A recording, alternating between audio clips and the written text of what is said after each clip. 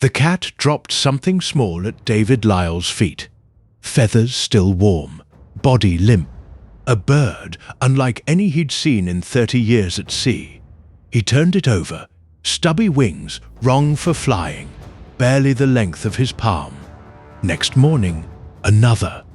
Then a third. By week's end, 6 identical bodies lined his workbench, each soft and strange and utterly unknown. Lyall preserved 3 in spirits. He didn't know he was bottling a species in its final hours. The cat came and went, patient and relentless, each bird identical, each one the last of its kind anyone would ever hold. Across the water, men who named living things went about ordinary days. They didn't yet know a cat was making sure they'd never see this bird alive.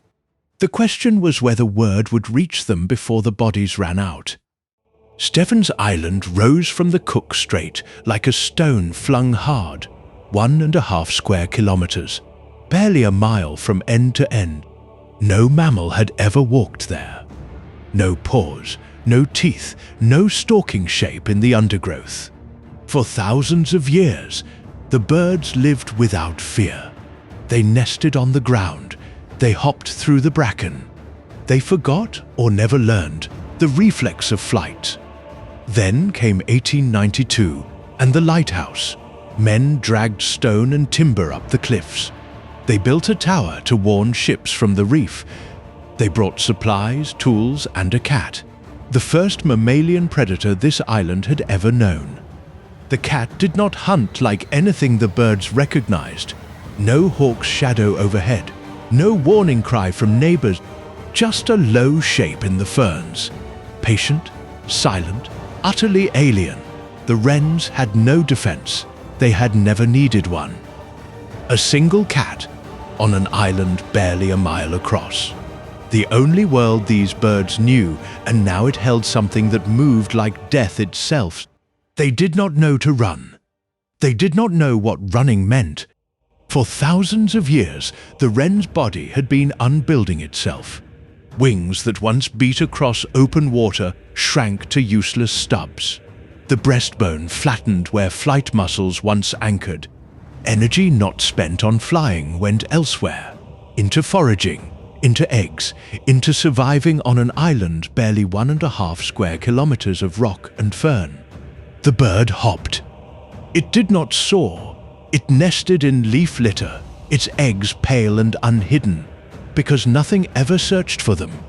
Its feathers matched dead bracken perfectly, a camouflage that worked against eyes that did not exist.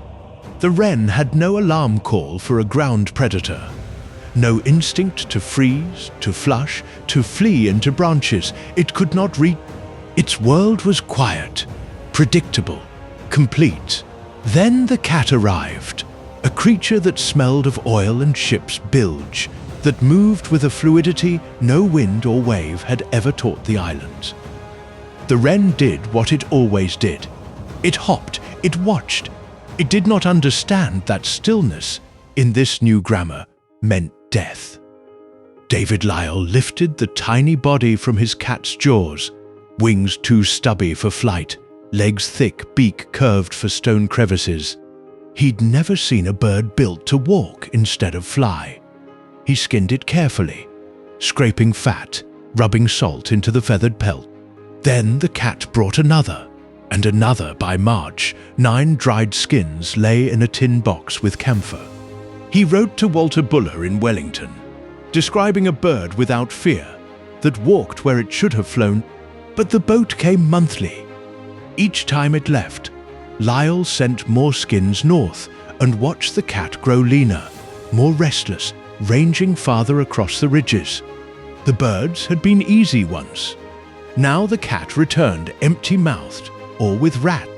Lyall walked the fern slopes himself, listening for a call he did not know, and heard only wind. The tin box held all that remained of something science had not yet named. Would Buller come before the last living bird became another skin? The parcel reached Walter Buller in late spring. He unwrapped dried skins across his desk, small bodies, Wings ending in frayed quills, useless for flight, legs thick with muscle no flying bird should need. He had studied every species across New Zealand's islands, and these matched nothing. Buller wrote back that evening, then booked passage on the next coastal steamer. But Wellington to Stevens Island took days by water, longer if the strait turned rough. Meanwhile, his letter travelled south, while David Lyall walked the island's 1.5 square kilometres of rock and fern. The cat slept longer now, belly flat, and brought only gulls or ship rats. Lyall checked the crevices himself, lifting stones where birds had nested, finding droppings dry and old. By early winter, he had not seen a live wren in weeks. The species had vanished in a single season, faster than any letter could travel. Buller was still at sea when the last bird died. Would any call still echo from the stones when his boots finally touched the shore? Buller stepped ashore through salt fog. Ferns crushed under his boots, where birds should have scattered. Nothing moved. Lyall met him carrying no cage, no bundle, only the flat report that the cat had stopped bringing them weeks ago. Together they walked the island's spine, lifting stones, finding dried droppings, old nests crumbling to fibre, no rustle of wings, no bright eye catching lamplight. The wren had occupied every inch of this rock for thousands of years. Now it had left no living witness. Buller stayed 3 days. He set no traps, heard no dawn chorus, saw no flash of feathers. The species had vanished faster than steam could carry a man to document it. Not one photograph, not one field sketch, not one scientist's note from life. All that remained were the few specimens in Lyall's trunk, skin and bone shipped across water, while the last bird still breathed. What can we ever know about a creature that disappeared before anyone watched it live? The drawer slides open. Inside lies a skin the size of a sparrow, pressed flat, feathers holding a brownish cast, legs stiff and delicate. Fewer than 20 specimens survive in all the world's museums, each one carried to a lighthouse door by a cat. From these fragments, ornithologists worked backward. The breastbone was shallow, the wing bones reduced, the flight muscles withered to threads.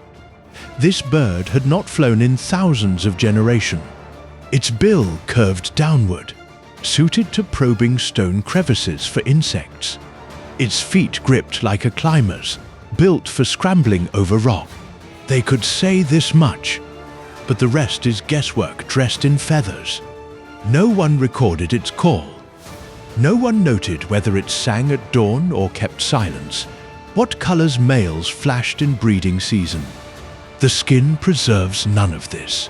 A whole world of sound and social life evaporated unwitnessed. The wren becomes a ghost, defined mainly by absence. And here is the deeper unease. This bird left skins, bones, a genus name. How many others slipped away with no hand to preserve them? No scientist left to wonder what was lost. The Stevens Island wren was gone before science could give it a living face. Its entire existence pinned to a single skin in a drawer, a few bones in a box, and the letter of a lighthouse keeper who watched his cat end something irreplaceable. A flightless songbird, perfected for a world without ground predators, erased by introduced cats in a few short years.